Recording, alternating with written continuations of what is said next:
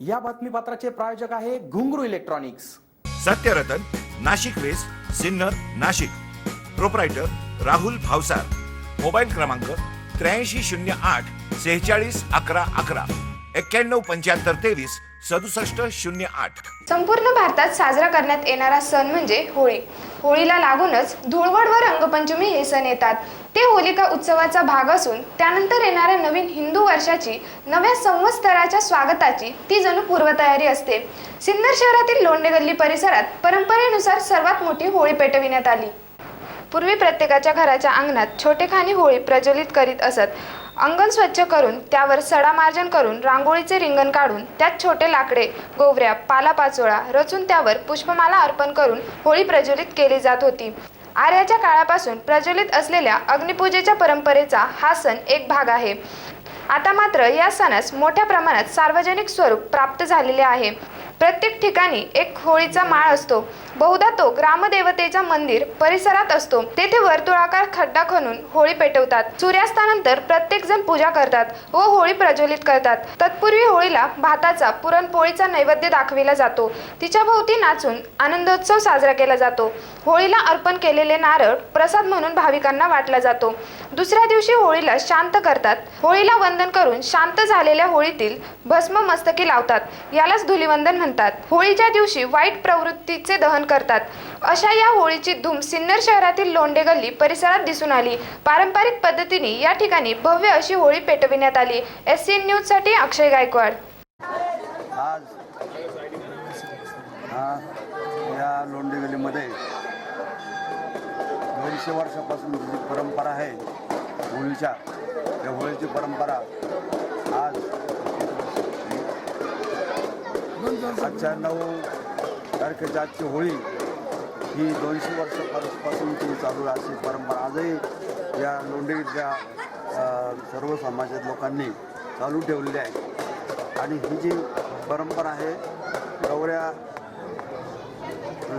गौऱ्याची पद्धत आहे ही पूर्वी बैलगाडीने 10-15 बैलगाड्या चोरून आणण्याची पद्धत आहे। म्हणजे होळीची पद्धत चोरून आणण्याची पद्धत अशा प्रकारची पद्धत ही जुनी परंपरा ती आजही आहे।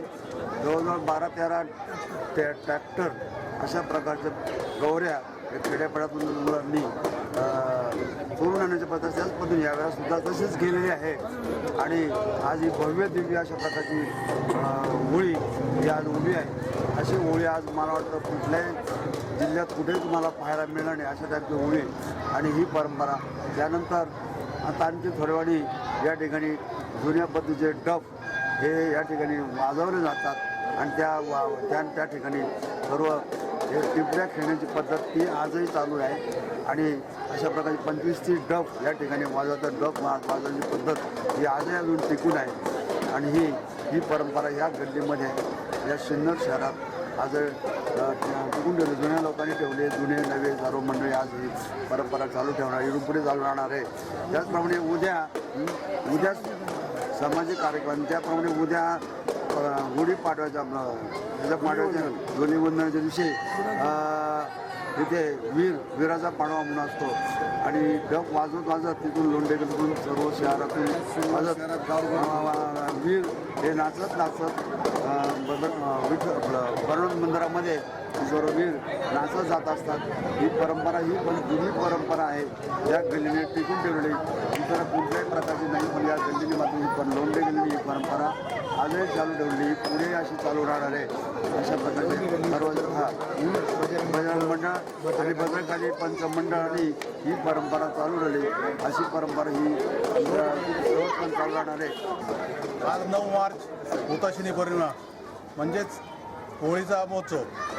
आमच्याकडं साधारण सालाबादप्रमाणे यंदाही मोठ्या प्रमाणात बजरंग मंडळ तालीम संघ आणि भद्रकाली पंचमंडळ यांच्या वतीने होळी मोठ्या प्रमाणात साजरी करण्यात आहे। गेल्या 150 वर्षाची परंपरा असून हे बजरंग मंडळ याच्यामध्ये कोणत्याही प्रकारचे खंडन पडतात। सातत्याने ही हुताशिनी पौर्णिमा म्हणजेच होळी ही मोठ्या प्रमाणात साजरी करते। सामाजिक पद्धतीने सर्व आजूबाजूचे शेतकरी यांच्याकडून गौऱ्या आणल्या जातात। गौऱ्या आणून सदर होळी ही कमीत कमी 15 फूट ते 20 फुटाची असते आणि सर्व बजरंग मंडळाचे कार्यकर्ते आणि भद्रकाली पंचमंडळ ही पौर्णिमा मोठ्या प्रमाणात साजरी करते. तसेच सर्व सिन्नरकर ही होळी पाहण्याकरता खास आवर्जून संध्याकाळी इथं हजर होतात. संध्याकाळी इथं फसा कार्यक्रम असतो आणि दुसऱ्या दिवशी वीराचा पाडवा असतो.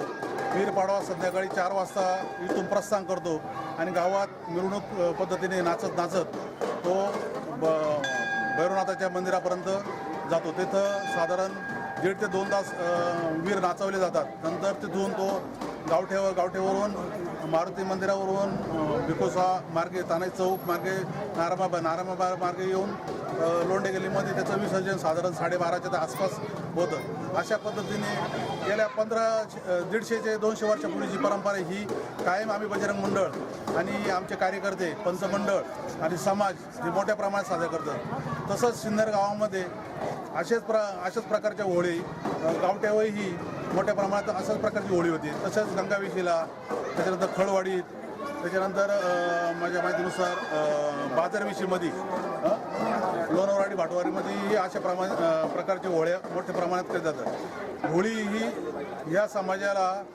दिवाळीपेक्षाही मोठा सण असून तो आम्ही मोठ्या प्रमाणात साजरा करतो.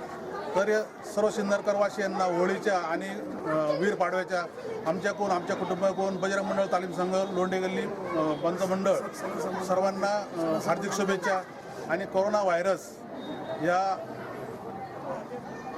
मोठ्या प्रमाणात जो पसरतो आहे तर सर्वांनी त्याची काळजी घ्यावी, हात धुवून घ्यावे आणि मास्क वापरावे. सर्वांनाही आमच्याकडून परत एकदा होळीच्या खूप खूप शुभेच्छा.